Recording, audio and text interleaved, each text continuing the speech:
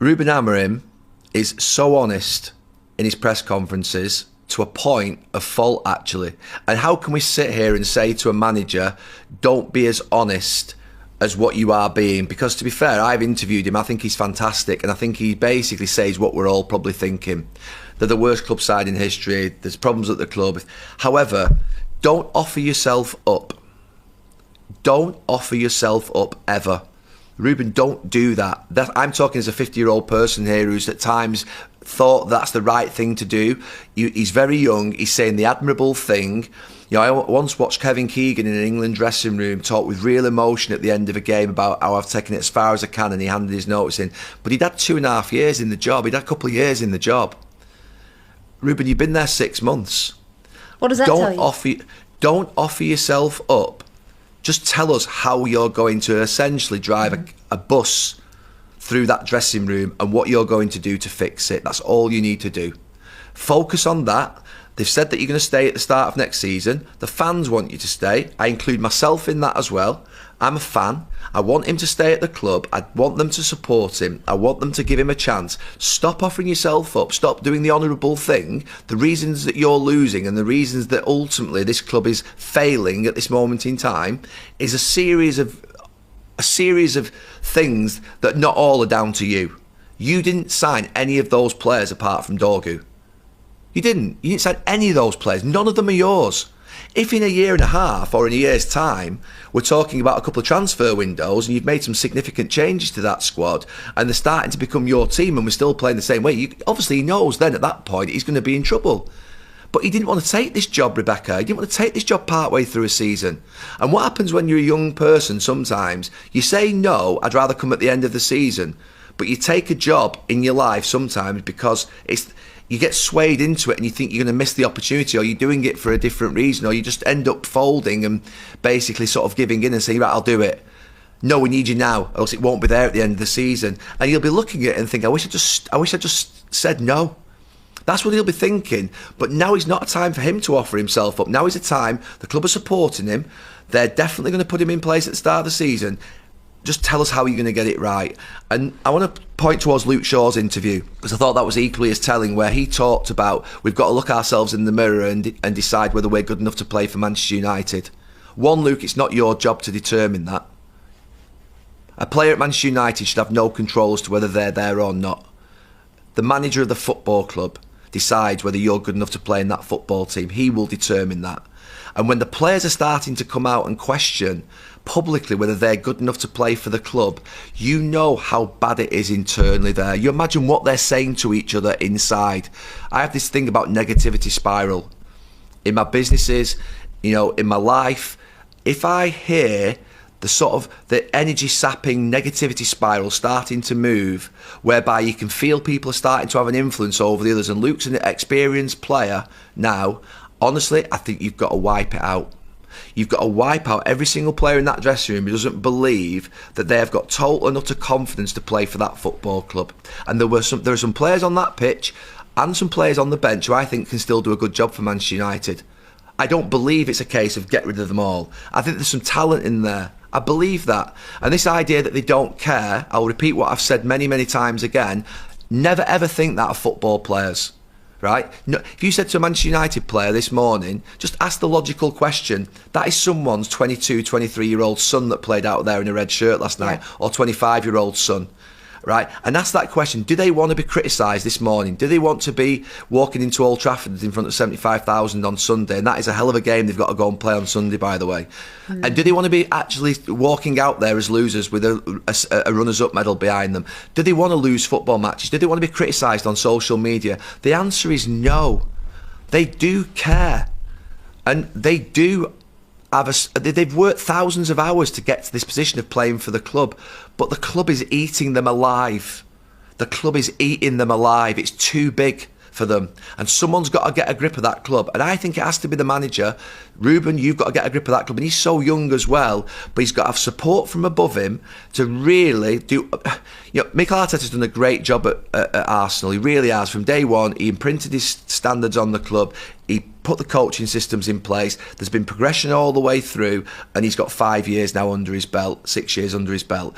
Ruben Amorim needs to look at next season how he gets into the top 6, how he basically wipes half that squad out, how he transforms it into a dynamic team that plays exciting football from the rigid stuff that we're currently watching him in served up, and needs to think about which players in that dressing room can do a job for him. Because if the players are starting to question their own belonging in that dressing room, you've got a huge problem.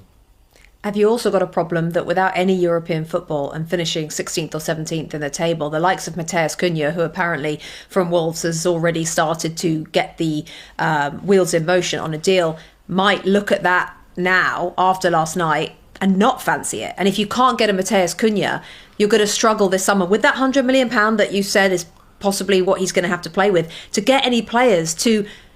Because that's why this Europa League final was so big, right? It was like the beginning of the new rebuild, or it was taking the biggest step backwards. How does he drive the bus through it, Gary? How does he rebuild this with £100 million? That's nothing. A lot slower than he would have had if he had Champions League football, I suspect. I think what Champions League football would have given Manchester United was a little bit of a false start, if you know what I mean, in the sense that they would have, to be fair, got a leg up where they probably don't deserve it, but they do deserve it because they would have won the trophy. And so they would have had extra money to be able to put into the team, and that Ruben Amorim would have had a bit more money than the 100 million. But on the 100 million, I do question how much they have to raise to give him that 100 million. It's important to say that.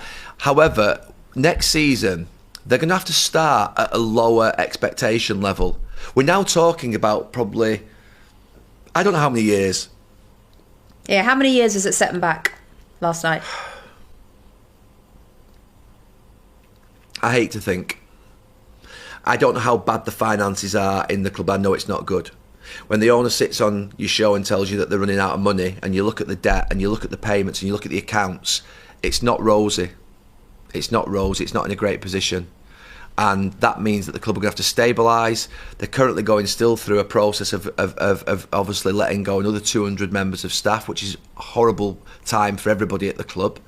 So they're still cutting millions and millions of pounds out of the budgets for next season. And you hope this is the low point. That's the thing that I was thinking last night, sat there, I was thinking, maybe this is what the club needed. Maybe this was the low point, the absolute low, where maybe it just needs an absolute overhaul in respect of what's going to happen and how we're going to. Maybe it is a mid-table position next season that's realistic. Maybe it is sort of 9th, 10th, between that 8th and 10th. You know, are we going to be better next season than Liverpool, Tottenham, Chelsea, Manchester City, Arsenal, Villa, Newcastle, Brighton? Are we going to be better than those teams next season? I'm not sure. Now, not being in Europe will mean we can focus on the league and we can have better preparation for league matches. That's a positive. So that can sometimes give you a little bit of a little bit of a bonus, an unwanted bonus, obviously. But next season, if they got anywhere near top 6, I would say it would be an absolute great performance. I can't even think about winning the Premier League title at this point in time. We're nowhere near it, and I know it'll happen again one day. And I say that with great comfort. It might be 10 years, it might be 15 years. I don't care. We'll still be here. You know what I mean? It happened for 26 years previously, so there's no point. Manchester United fans aren't going anywhere. Yeah. We're massively loyal towards the club, massively loyal towards the players, massively loyal towards the manager, and they'll support them forevermore. So we're not going anywhere. However, it's going to be a long, hard road, this one. Huge setback. It means the quality of players they're going to be bringing in are going to be massive gambles, hit and misses. Not going to be proven players because of the money. And Man United now, years ago, everybody wanted to play for Man United. I'm not sure that's the case now. I'm not sure. And worrying times, absolute worrying times. I thought the manager's decision-making yesterday was pretty poor. He was calling out for Garnacho to be on a lot quicker than what he was on, a lot quicker. And then Darlow come on and probably put into one of the best crosses of the whole night. So for me, I thought his decision-making was pretty poor on the night, if I'm being honest. I mean, a lot has been spoken about Ruben Amorim, his formation or system. If obviously he continues at United, does he need to adapt more, and will he? I think he needs to get... I think that was the thing with Ange is being adaptable. You know, when he played with his best team, they were a good team and they could play that way because they had Van der Ven and Romero at the back, so they could play that little bit of gung-ho football because of his pace.